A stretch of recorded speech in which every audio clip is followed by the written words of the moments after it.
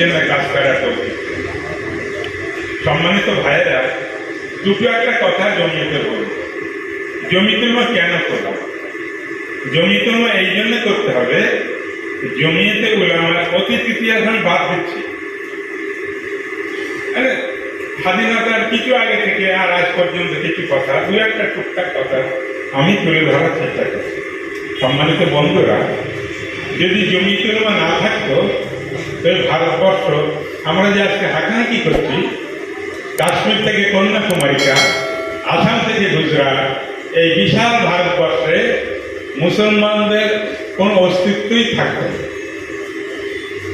আজকে আমাদের বিরোধী শক্তি যারা হিন্দু স্টেটের স্বপ্ন দেখে, তারা সেই দিন থেকে চেষ্টা করছে মুসলিম শূন্য ভারতবর্ষ।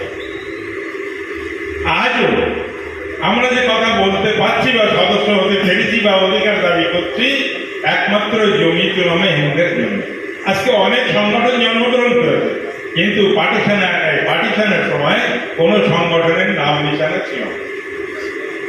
জমিয়তে উলামা ছিল বলে আপনারা শুনবেন, আমাদের কেন্দ্রীয় সভাপতি হযরত মাওলানা সৈয়দ আরশাদ মাদানী দামাত বারাকাতুহু, তিনি বারবার বলেন 1935 সালের পর থেকে জমিয়তে উলামা যখন কংগ্রেসকে বয়কটের পর নতুন করে কংগ্রেসের সঙ্গে কাজ করা শুরু করলো, তখন জমিয়তের নেতৃবৃন্দ মাওলানা আবুল কালাম আজাদ রহমতুল্লাহ আলাইহি, মুফতি হিফজুর রহমান সাহেব রহমতুল্লাহ আলাইহি, মুফতি কিফায়াতুল্লাহ সাহেব রহমতুল্লাহ আলাইহি, মাওলানা হুসাইন আহমদ মাদানী রহমতুল্লাহ আলাইহি, হিফজুর রহমান সাহেব রহমতুল্লাহ আলাইহি, আহমদ সঈদ সাহেব রহমতুল্লাহ আলাইহি, এরা নেহেরু, মতিলাল নেহেরু, জওহরলাল নেহেরু, বল্লভভাই প্যাটেল, রাজেন্দ্র প্রসাদ প্রত্যেককে হাত ধরে বসে বড় ওয়াদা করো, দেশ তো স্বাধীন হবে।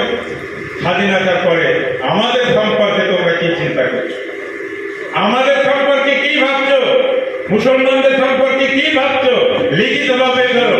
জমিয়তে উলামার কেন্দ্রীয় অফিসে সে সমস্ত রেকর্ড মজুদ রয়েছে।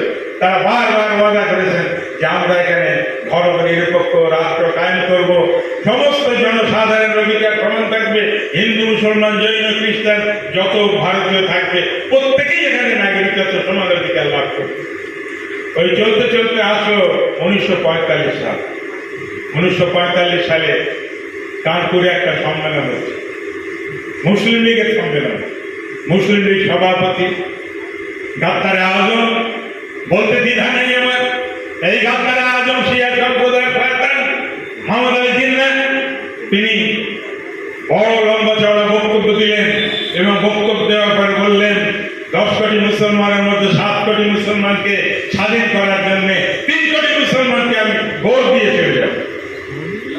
সবার পরে একজন রিপোর্টার জিজ্ঞাসা করলেন, আচ্ছা জিন্নাহ সাহেব, 7 কোটিকে নিয়ে চলে গেলেন আলহামদুলিল্লাহ, কিন্তু 3 কোটি মুসলমানকে একদম শেষ করে দেবেন, এদের বিকল্প কি আছে? তাহলে 3টে রাস্তা।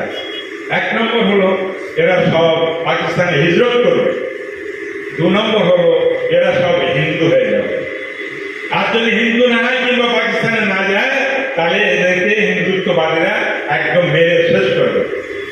তাহলে 3 কোটি মুসলমানকে শেষ করে দেবে, তবু আপনার পাকিস্তান চাই? উনি বললেন এর কোনো বিকল্প নেই। চিন্তা করুন, একটা নয়, 3 কোটি মুসলমানকে শহীদ করে শেষ করে দিয়ে ভারতের মাটিতে কবর দেওয়া হবে, এর প্রস্তাব রাখছে মিস্টার মোহাম্মদ আলী জিন্নাহ, আর তাকে উপাধি দিচ্ছে কায়েদে আজম। বলুন নাউজুবিল্লাহ। আমার বোন, মানে কি বলবো, আমি বুকটা চচ্চর করে ওঠে, কি সাংঘাতিক। তারপরেও স্বাধীনতা সংগ্রাম চলছে, আর মাওলানা হুসাইন আহমদ মাদানী রহমতুল্লাহ আলাইহি, জমিয়তে উলামা হিন্দের সভাপতি, মুসলিম লীগের পক্ষ থেকে তাকে কাফের, বেঈমান, মুরতাদ, শয়তান যত রকমের লকব আছে সমস্ত লকব তার ঘাড়ে চাপিয়ে দেওয়া মুসলিম লীগের পক্ষ থেকে।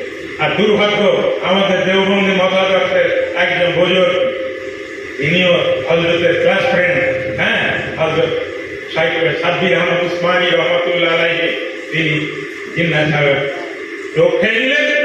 জিন্নাহ সাহেব বলেছে আমরা একটা দেশ তৈরি করব, যেমন মদিনা আজাদ হওয়ার পরে মক্কা আজাদ হয়ে গেছে, ঠিক তেমনি পাকিস্তান আজাদ হওয়ার পরে ভারতবর্ষকে আমরা পুরো মুসলিম কান্ট্রি করে নেবো।